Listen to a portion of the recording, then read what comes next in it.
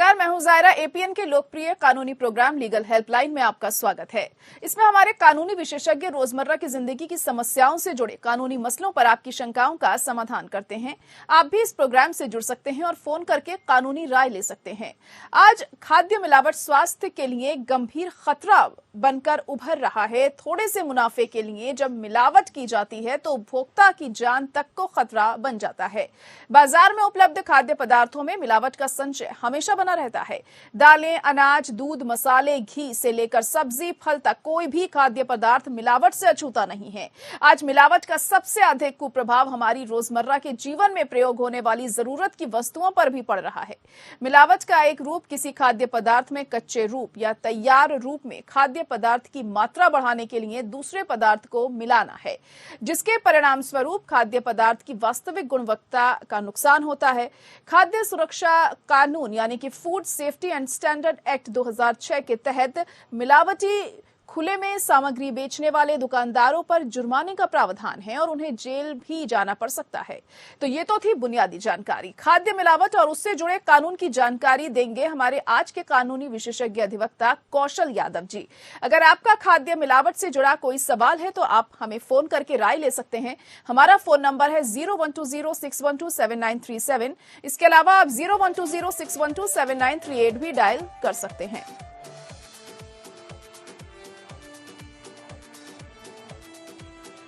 तो खाद्य सामग्रियों में मिलावट से जुड़ी कानूनी जानकारी आज हम आपको देने जा रहे हैं और इससे जुड़ा अगर आपका कोई सवाल है तो आप हमें कॉल कर सकते हैं और अपना सवाल पूछ सकते हैं। हमारे अधिवक्ता आपके सवाल का जवाब देंगे और आपको बताएंगे कि आप क्या कर सकते हैं, क्या रास्ता आपके पास है। और फोन नंबर हमारा आपके टीवी स्क्रीन पर लगातार फ्लैश हो रहा है, जो कि है 012061273937। इसके अलावा आप 012061273938 भी डायल कर सकते हैं।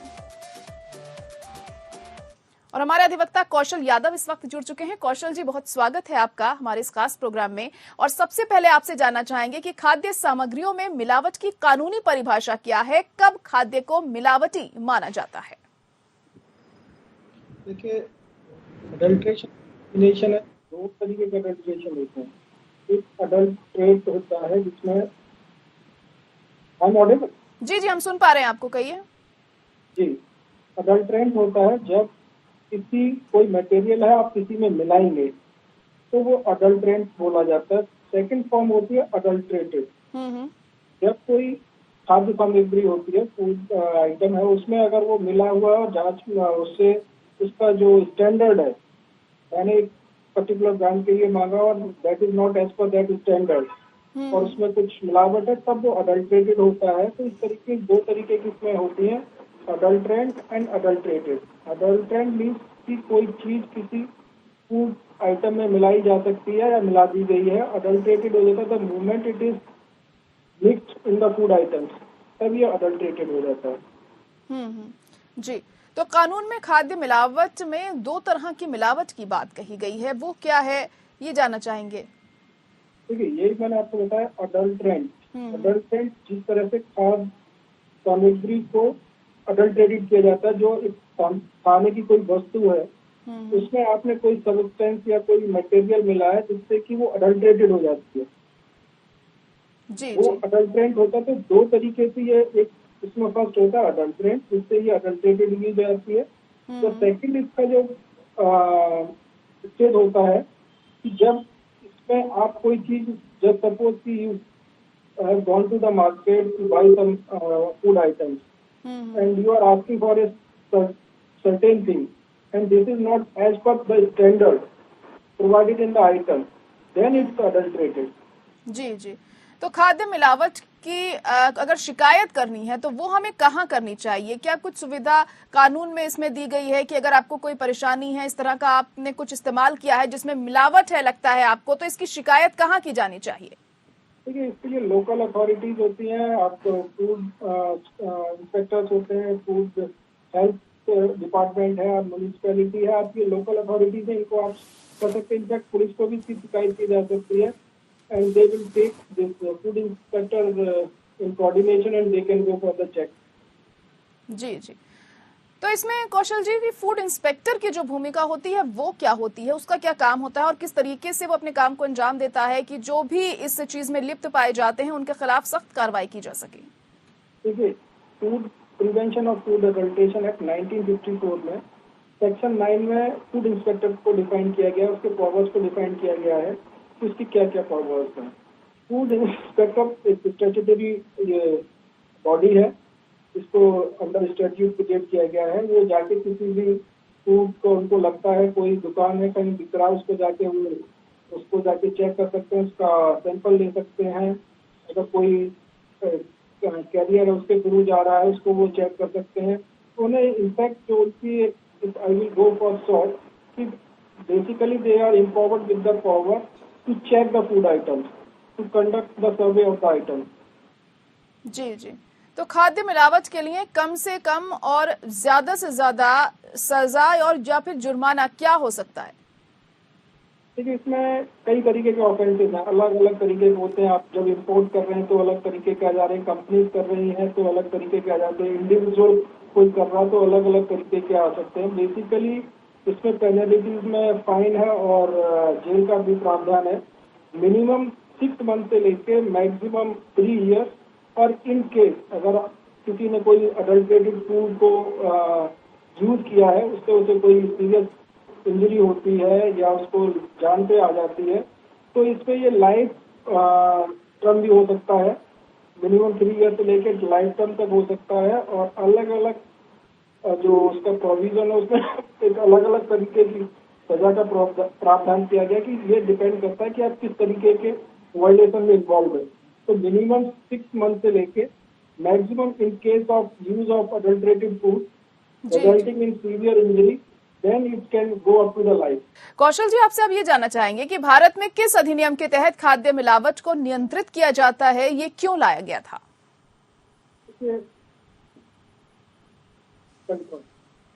जो आप नियंत्रण की बात कर रहे हैं, ये food security and standard act 2006 है।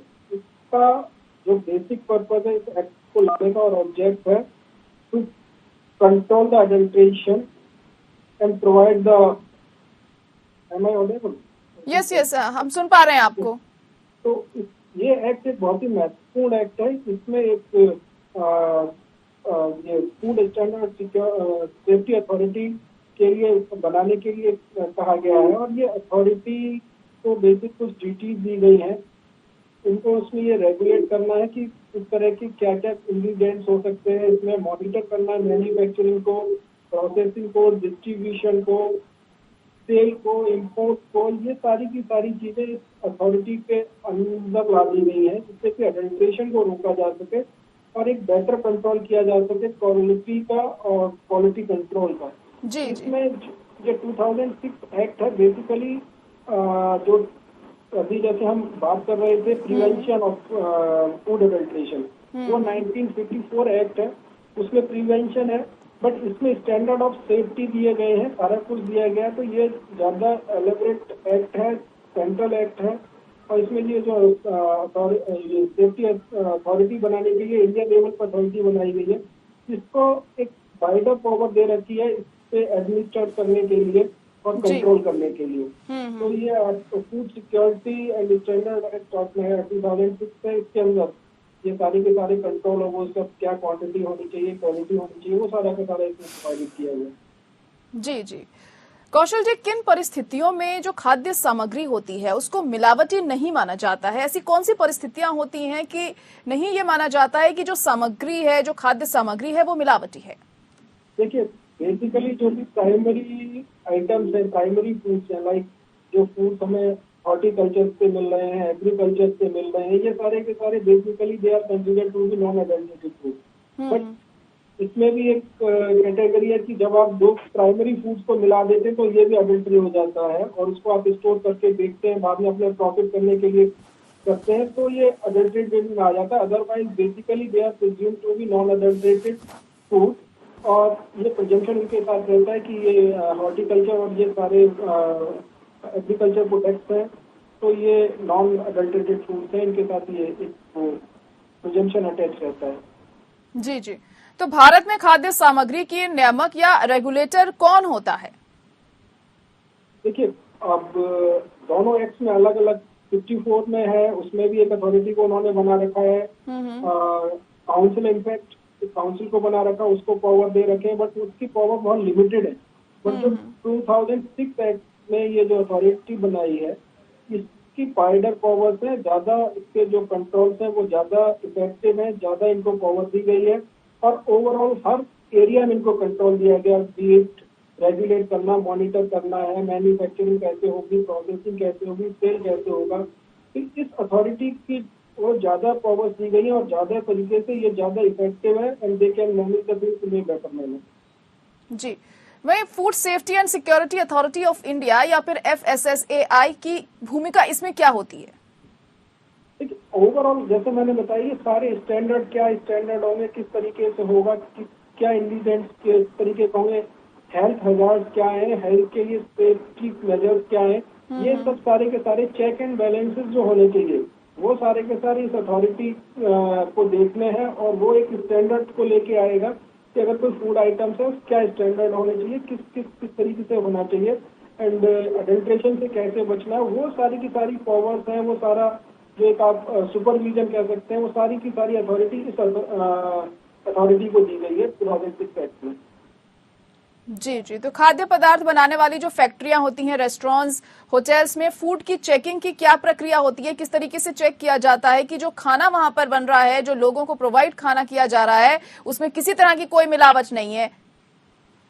इसके लिए फूड इंस्पेक्टर्स है, हेल्थ डिपार्टमेंट है, म्यूनिसिपैलिटीज है, इन सबको पावर है। They can visit it at any time, they will draw the samples और सैंपल्स को भेजने के लिए उसको चेक कराएंगे। इस तरीके के चेक दिए गए, कंट्रोल दिए गए हैं इन अथॉरिटी को to have a check on the adulteration.